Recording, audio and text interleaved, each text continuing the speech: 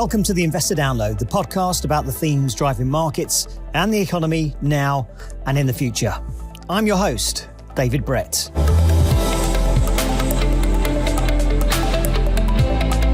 It's been a month since the collapse of Silicon Valley Bank. Despite its relatively small size, the collapse of the bank sent shockwaves around the globe. Investors fearing a 2008-style financial crisis began to look for the next weak link in the chain. The first target was Credit Suisse. The ripple effects from the collapse of Silicon Valley Bank on Friday are being felt across the world. We start with the troubled global banking sector. European markets have closed down more than 3%, spooked by a major sell-off of shares in the Swiss banking giant Credit Suisse. The beleaguered company Credit Suisse will borrow $81 billion from Switzerland's central bank. Credit Suisse hopes the intervention will reassure investors the company has enough money to stay afloat. Then came Deutsche Bank. Yeah, so markets have certainly gone down today, hit a lot by the banking stocks. Of course, Deutsche Bank certainly in focus. It does follow on from the saga we have seen across the globe, particularly from the US. And while markets have calmed, outside of the banks, the next going concern for investors is the commercial real estate market. So I sat down with my colleague Tom Walker, co-head of Global Real Assets, to get us up to date on the latest financial crisis, why investors are fearing contagion spreading to the real estate sector, and what the likely outcome might be.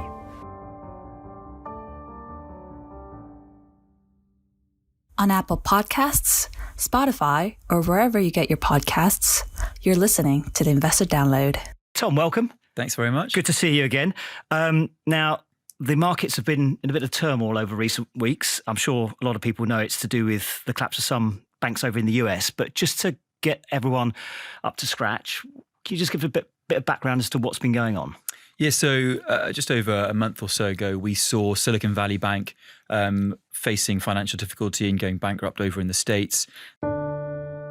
We begin our report with the abrupt closures of 3 banks in a matter of days that are now sending shockwaves across sectors of the economy and raising concerns about the U.S. banking system. That then led to contagion with a number of other smaller regional banks over in the US. And that's really kind of sparked a bit of a banking crisis. And we've then seen a bit of that contagion spread over to Europe. We've seen Credit Suisse, obviously now consumed by UBS. There were then question marks on Deutsche Bank as well. And everyone's pretty nervous and just thinking, right, where next? What does this mean? And the problem has been caused by the pace at which central banks have raised interest rates.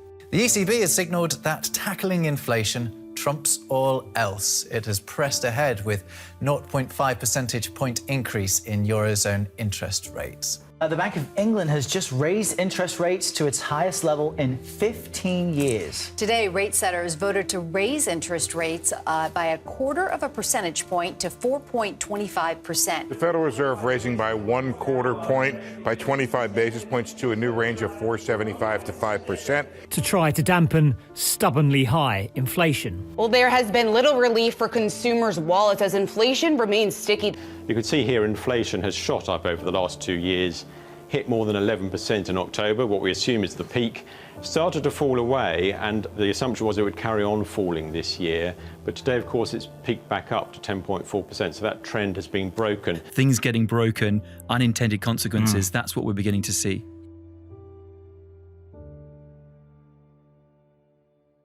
One of those unintended consequences has been a spillover of concern in the real estate market.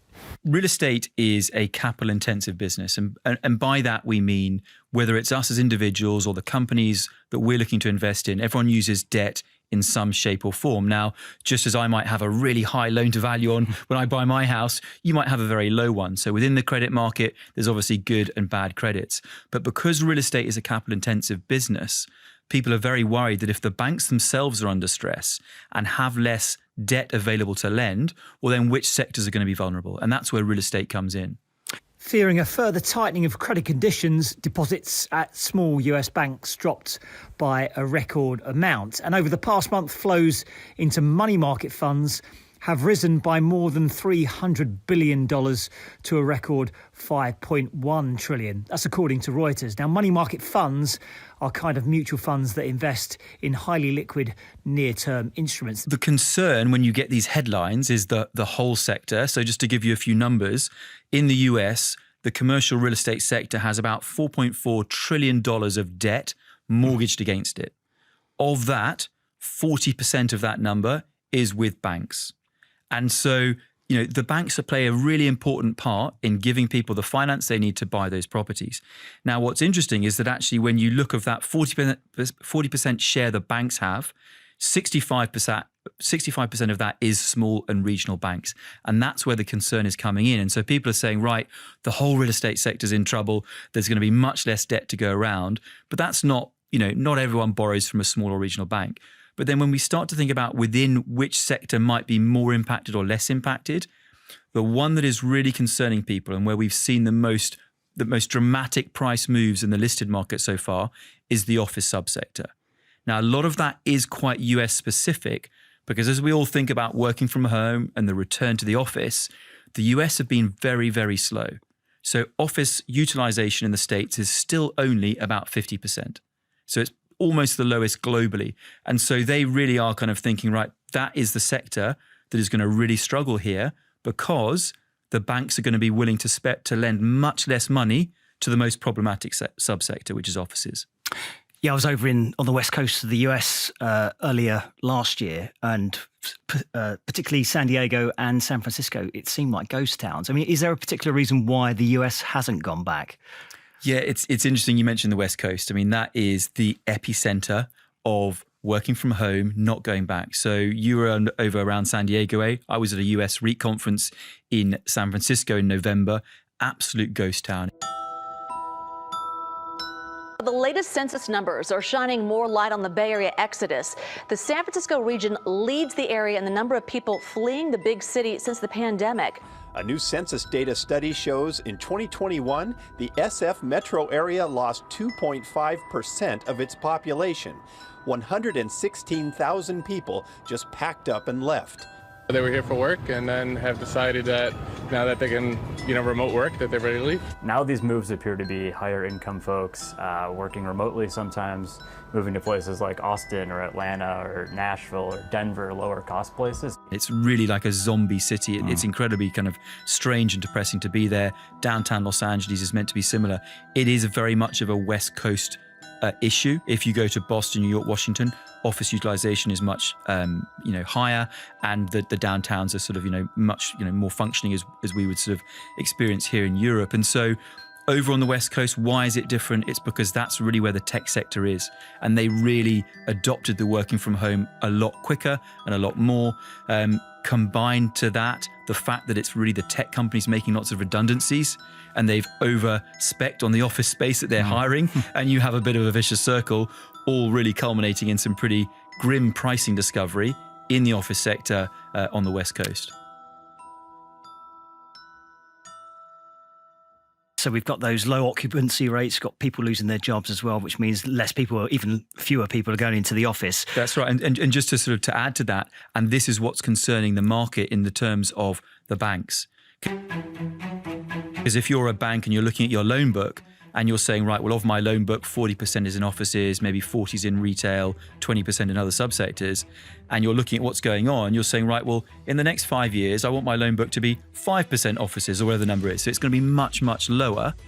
Add to that the pain, if you like, that we had in financial markets last year from rates rising. So even before the banking crisis started, the real estate sector was looking at higher cost of finance.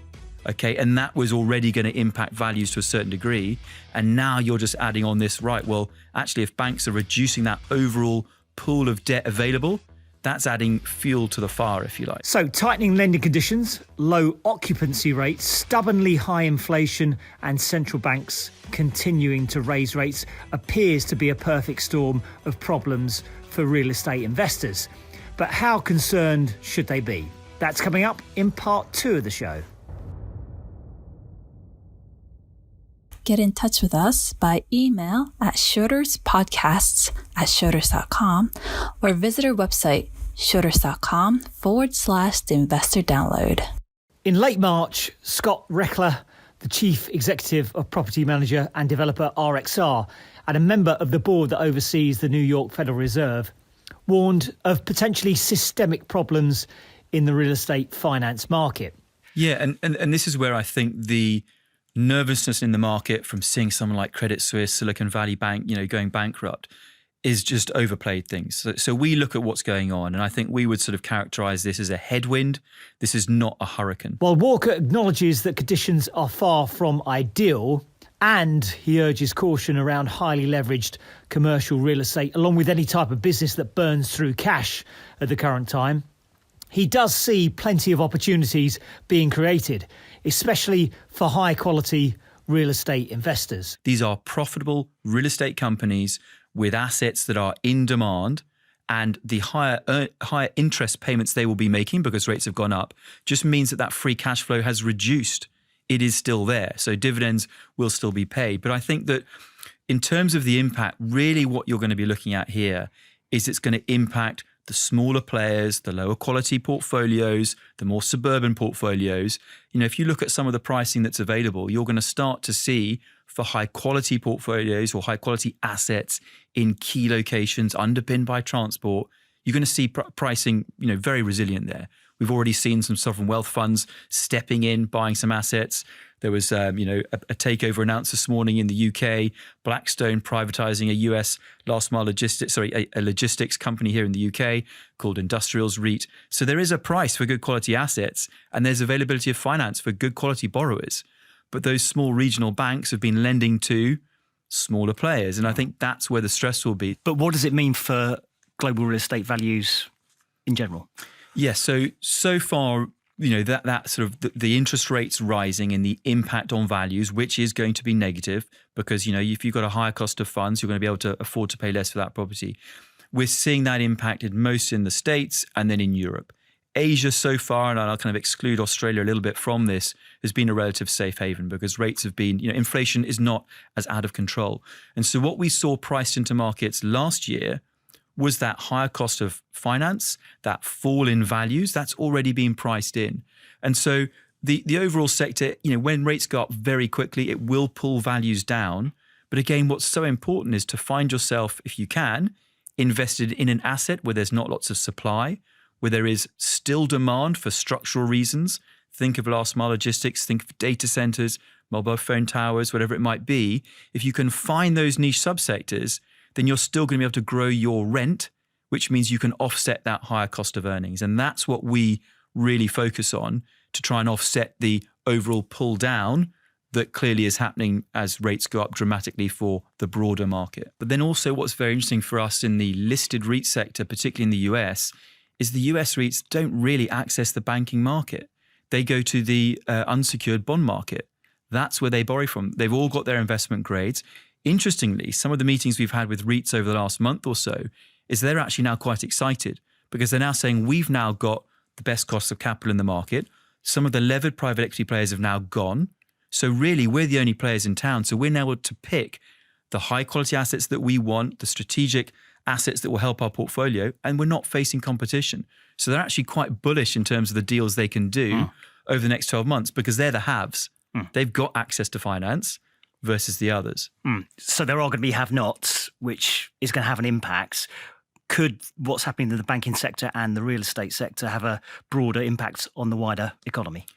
Yeah, I mean, I think that clearly if banks are going to have less money to be lending, whether it's a real estate company or another business, it's going to lead to slower economic growth. Once the Fed moves very aggressively, it's very difficult to achieve a soft landing. We're going to be looking at potential capital raises, tighter regulations, and most importantly, the start of a consumer credit cycle, which puts us in the camp of when, not if, a recession. And so, again, there will be an overall impact, but I think it's hard for us to not believe that that's been priced in. That we already had negative valuation moves priced in from last year's performance in the markets. We've seen real concern because of the banking crisis, rightfully so, and we've seen another fall in prices. That's implied by the listed market. Private markets will see that take place slowly over the coming months or so. But yeah, it's if this banking crisis does continue to develop, then it will have negative ramifications. But I think at this point in time, I don't want to tempt fate. You never know what's going to happen. But it appears to be calming a bit. Yeah. So the headlines I saw probably a week ago, the real estate market could be in real trouble in like a couple of years' time when they have to go and refinance. That seems like at the moment it might be overblown. Well, it is and it isn't. And it's back to the haves and the have-nots. So, again, in the US, which is where this started, there's $1.1 trillion that needs to be refinanced against real estate this calendar year. So then you're saying, okay, well, where's the problem going to be? And that's when, you look at that overall 1.1 trillion figure, 23% of that is against offices. So you immediately be thinking, okay, that's going to be tougher. If they are refinancing, the rates, the spreads the banks are going to charge is going to be much higher. That's going to have more of an impact on the earnings or the dividends that people can pay to their investors. So that's going to be trickier. Whereas if you're thinking about a data center refinancing or a last mile logistics, that's going to be easier. Banks are going to be far happier. And so I think, again, it's back to which companies have got investment grade credit ratings. They're going to be fine. Which are the smaller niche real estate players, maybe who only have access to one small bank or a regional bank, that's where the pain is going to be felt. And I think that's where you're going to see a bifurcated market where those smaller assets not in core cities will probably struggle the most. And they will have a keen eye on where interest rates might go. No one can tell, but inflation is sticky at the moment. So how many more interest rate rises can the market withstand, do you think? Yeah, it's a great question. Every time rates move up dramatically, like we've seen over the last 12 months, if that was to be repeated, you would expect a fall in real estate values to compensate for the fact that the overall return on equity you're going to get if you're borrowing is going to be harder to achieve. And so you've got to be compensated. And so, it is a good question. And we would expect to see more negative falls if rates go up at a similar speed. But again, the listed market looks to have priced in, a number of rate rises. So it feels that we're getting pretty close. Mm-hmm. We talked about some of the smaller real estate portfolios struggling in the US. Are there certain regions that might fare better or worse in this crisis? There's nowhere that, because of the banking crisis, that concerns us more. One of the questions we've had from a client recently was, exactly to that point, has one of the regional banks kind of lent to everyone in Los Angeles? Is that going to be a problem? And it's not really like that at all. Again, within each market, there's strong parts and then weak parts. I think, again, what we would be more concerned about are those subsectors where earnings growth is going to be much tougher.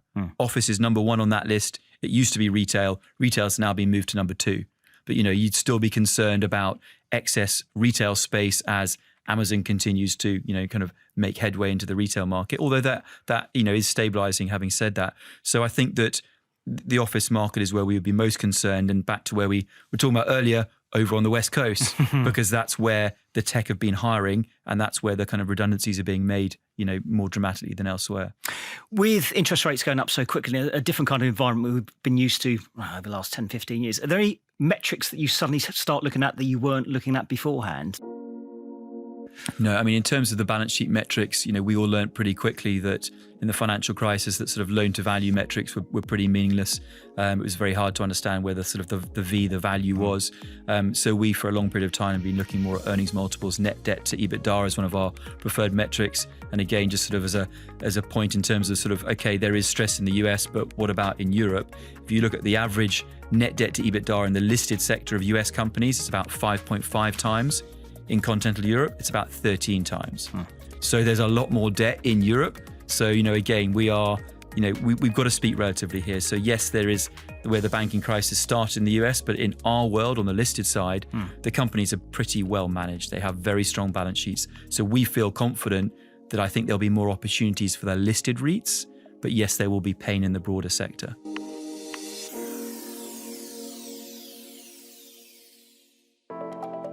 Well, that was the show. We very much hope you enjoyed it. If you want to find out more, check out our website, Schroders.com/The Investor Download. You can also get in contact with us about anything in the show or ideas for future shows at schroderspodcasts@schroders.com. Please remember to subscribe to us at Apple Podcasts, Spotify, Google, or wherever you get your podcasts. And don't forget to leave a review. We're now doing one show a week, which will be available every Thursday from 5 p.m. UK time. Thanks very much for listening, but above all, keep safe and go well. Cheers. The value of investments and the income from them may go down as well as up, and investors may not get back the amounts originally invested. Past performance is not a guide to future performance. The information is not an offer, solicitation, or recommendation of any funds, services, or products, or to adopt any investment strategy.